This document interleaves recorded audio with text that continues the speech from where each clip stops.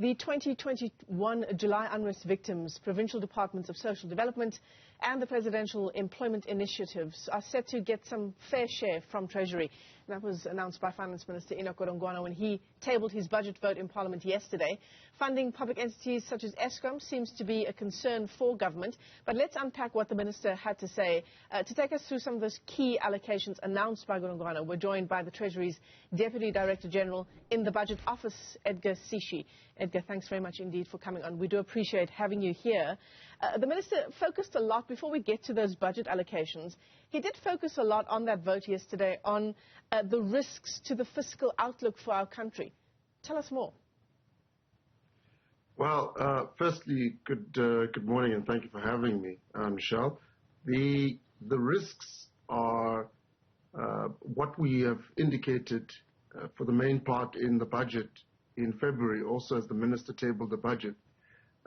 They include the contingent liabilities arising from state-owned companies.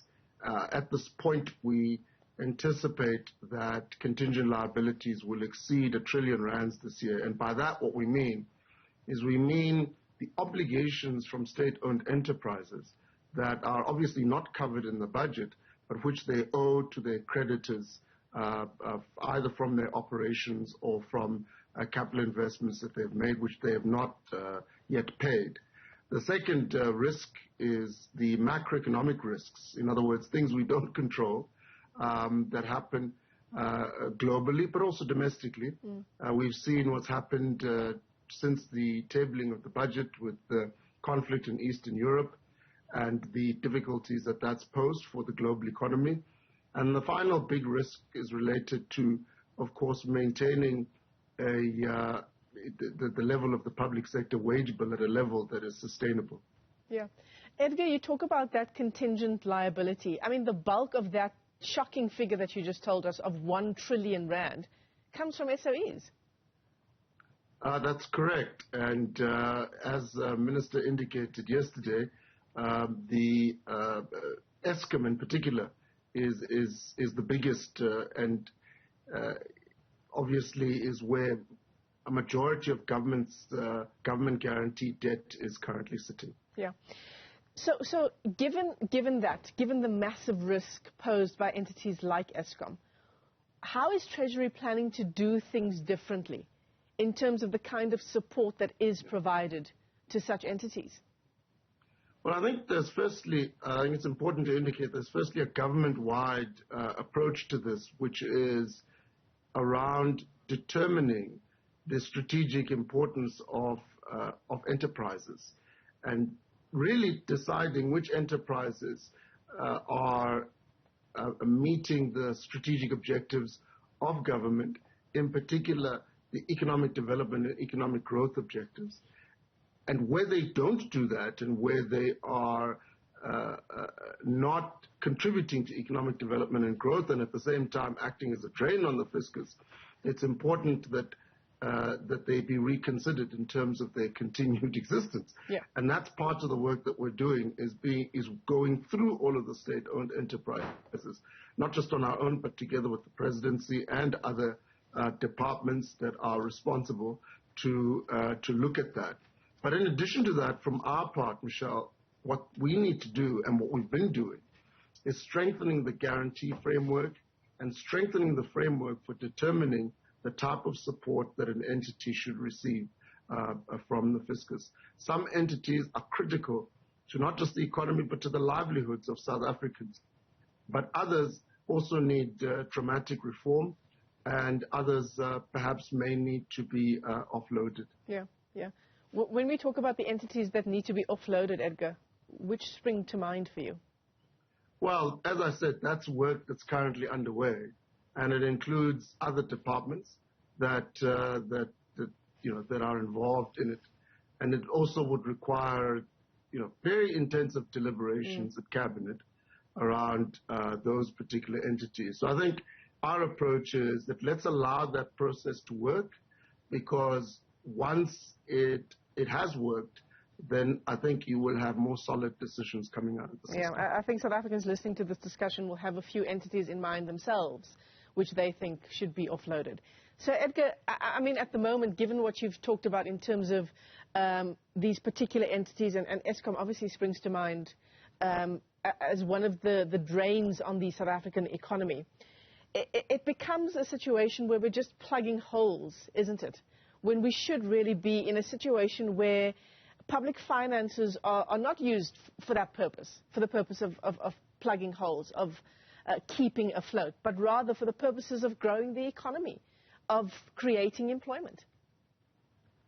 Well, precisely what public finances are there for is the provision of public goods. Yeah. In other words, the things that are required in order to ensure both the stability and the success and growth of the society, our roads, our water systems, and so on and so forth, as well as the provision of public education and public health. So these are the things that need to be the main focus, and indeed they are the main focus. As we indicated in the budget, 60% of the budget goes to the public wage.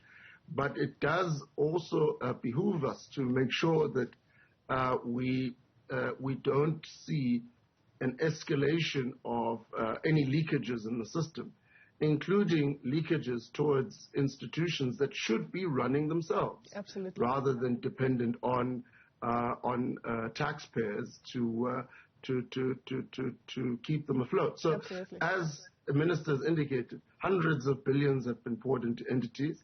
We need to restore their health. Those whose health cannot be restored, we need to make fundamental changes so that A, we bring the fiscus back to its proper focus, and B, we ensure that entities that are there are providing the services they should be providing and meeting their profitability obligations as well. I mean, the word bailout comes to mind, doesn't it? Edgar, shall we talk about what the minister had to say yesterday insofar as provincial allocations from Treasury are concerned, where the money will go? Special attention to the social development provincial departments and also the presidential employment initiatives. Well, remember that a big chunk of the amount that's sitting under the vote of the National Treasury is actually transferred to the 9 provinces through the provincial equitable share, which is a direct charge, what we call a direct charge, essentially a constitutional entitlement of provinces that's part of the division of revenue. Over the next year, provinces will spend more than 40% of the total amount that is spent by government will be spent in provinces, mainly in education, health, and in social development, as well as in the maintenance and building of provincial roads and the provision of infrastructure at the provincial level, buildings and bridges and so on and so forth. So that really is the big focus on the provincial side. It's quite a bit of money. It's around 600 odd billion rands per year to the provinces in order to undertake those tasks. Yeah. In terms of what kind of plans have been put in place, given what unfolded in the unrest in the country in KwaZulu-Natal and in parts of Gauteng last year, we know that there are these massive expenses that may well come up, expenses that none of us can predict, even though perhaps we should be.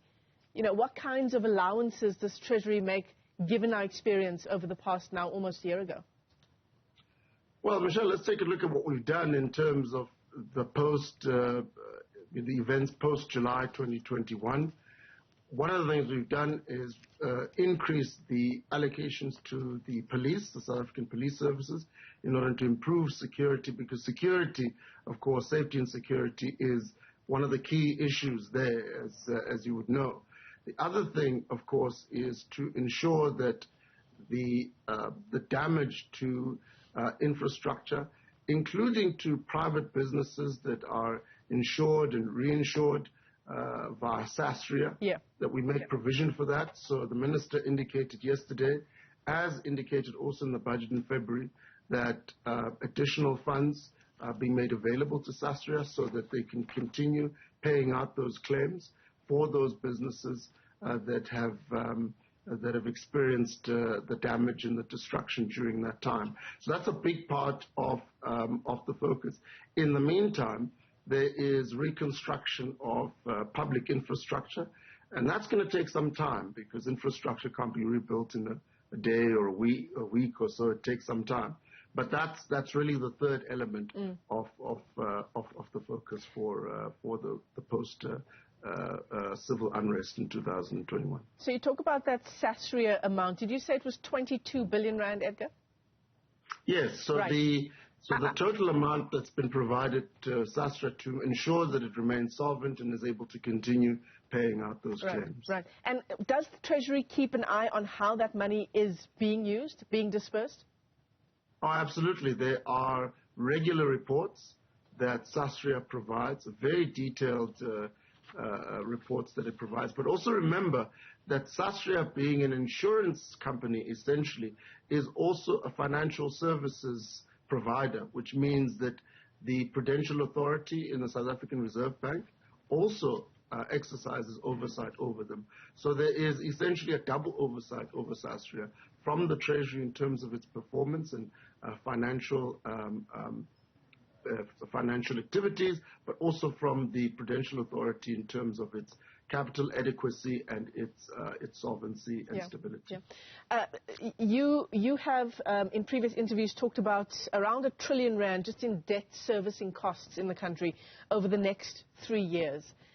Given figures like that, which of course are shocking to people like us who don't work with the kinds of figures that you do, but what does that say about the state of our fiscus, Edgar? So, Michelle, since for a number of years, but certainly since 2020, we've been making a lot of noise about the debt burden of the South African state. And one of the reasons we've been making a lot of noise about it is because that debt incurs interest.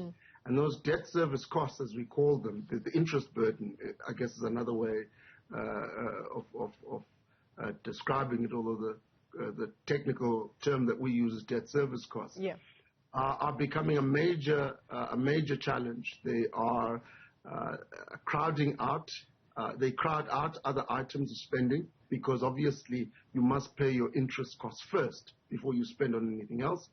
Secondly, they also have, in our view, a broader impact on the debt burden has a broader impact on the rest of the economy because the more government borrows and the more government debt rises, the more that has the tendency of crowding out private sector financing for private sector projects. And so it's very important that we reduce the debt burden so that we can reduce the burden arising from debt service costs. And that's precisely why, since 2020, we've implemented a fiscal strategy that's designed to close the fiscal gap. In other words, the gap between the revenue that government raises through taxes, for the most part, and the spending that government is doing. And we have been moderately successful over the last 2 years. We're seeing that fiscal gap close, but we need to do more, and we will continue to do more to close that gap so that that debt burden is brought under control. Edgar Sishi is Treasury's Deputy Director General in the Budget Office. Let me thank you for your time this morning, Edgar. Great to talk to you. And of course, it's just as the Finance Minister tabled his budget vote in Parliament that happened just yesterday.